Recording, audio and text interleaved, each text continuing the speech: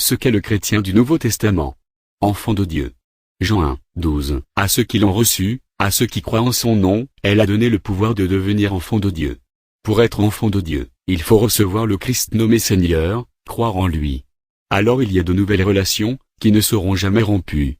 Il faut naître de nouveau, et grandir. Il y a des conditions pour bien grandir, bien se nourrir, apprendre, travailler. Certains, enfants de Dieu, restent toujours des bébés, incapables de passer au stade supérieur, de combattre, de devenir mûrs et adultes. Ils sont faibles et deviennent la proie facile du malin. Aux Galates. Galates 3, 26. Vous êtes tous fils de Dieu, par la foi en Jésus-Christ. Et pourtant, jeunes dans la foi, ils ont été ébranlés, et ont pris parti contre l'enseignement de Paul, pour les judaïsants. Galates 1, 6. Donc tous les enfants de Dieu, ne sont pas que des chrétiens adultes et pleinement sanctifiés. Tous les hommes sont des créatures de Dieu, mais seuls, ceux qui sont nés de nouveau, ont le droit d'être appelés des enfants de Dieu. Jésus lui-même dira à certains qu'ils ont pour père le diable. 1. Le miracle de la nouvelle naissance. Jean 3, 7. Il faut que vous naissiez de nouveau. C'est à Nicodème que le Seigneur expose le mystère de la nouvelle naissance. A. Ce n'est pas la foi en Dieu, Nicodème croyait en Dieu, et connaissait tout l'Ancien Testament. B. Ce ne sont pas des formalités religieuses, Nicodème était pharisien, rien ne remplace la nouvelle naissance. Moins il y a de vie spirituelle, et de communion avec Dieu, plus il y a de formalités et de rites.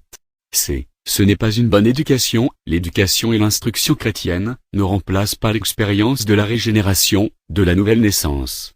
D. Ce n'est pas une bonne moralité, Nicodème était au-dessus de toute critique, c'est bien d'être honnête, pur, mais c'est loin d'être suffisant.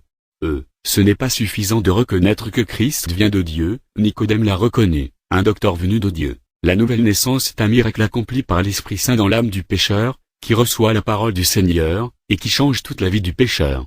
2. Enfant de Dieu par adoption. Galates 4, 4. Dieu a envoyé son Fils afin nous recevions l'adoption. Par l'adoption, une personne étrangère est introduite dans la famille. Elle reçoit les mêmes droits et les mêmes privilèges que les autres.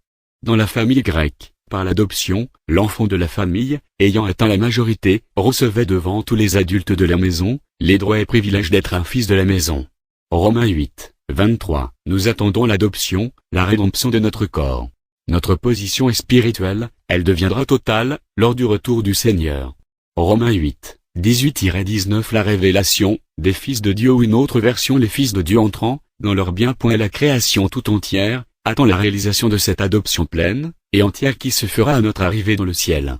3. Les nouveaux privilèges des enfants de Dieu. L'enfant a des droits, des privilèges, des faveurs, que n'a pas le serviteur. Ayons la foi en cela une grande dignité à cause de ce privilège. A. Audience auprès du Père, et 4, 16. La route a été ouverte par le sang de Christ. B. Libéralité et abondance de la table du Père, Esaïe 25, 6. Pourquoi tant d'enfants ont encore faim? Dieu a pourvu à tout pour notre voyage. Pardon, joie, paix, victoire, amour. C. Un abri dans la maison du Père, être dans le creux de sa main, abrité contre les tourmentes, les fardeaux, les déceptions, la haine. D. Dirigé par la main du Père, Romains 8, 14. Conduit par une main sûre, expérimentée qui nous encourage, freine, nous empêche. E. La communion des enfants de Dieu, la grande famille de Dieu, en dehors des barrières de culture, de race, de couleur, de dénomination. 4. Une nouvelle responsabilité. Nous avons la responsabilité de représenter Dieu dans une génération perverse et corrompue. Les enfants doivent montrer le caractère du Père, et être témoins de ce qui se passe dans la maison du Père. 2 Cor 5, 20. Nous devenons un ambassadeur dans le lieu où Dieu nous a placés, ambassadeur d'amour, de joie, de paix, d'obéissance pour représenter notre Seigneur. 5. Nous avons un nouveau guide. Romains 8, 14. Le Saint-Esprit doit nous guider, nous enseigner par son onction, nous sanctifier.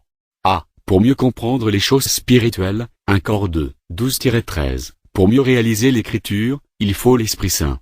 Pour partager avec les autres, et transmettre le message de la bonne nouvelle, il faut des hommes remplis de l'Esprit et non des savants. B. Pour un plus grand service, le service de Dieu est ardu, les cœurs sont durs, les derniers jours passent si vite, chaque enfant de Dieu a un travail préparé pour lui.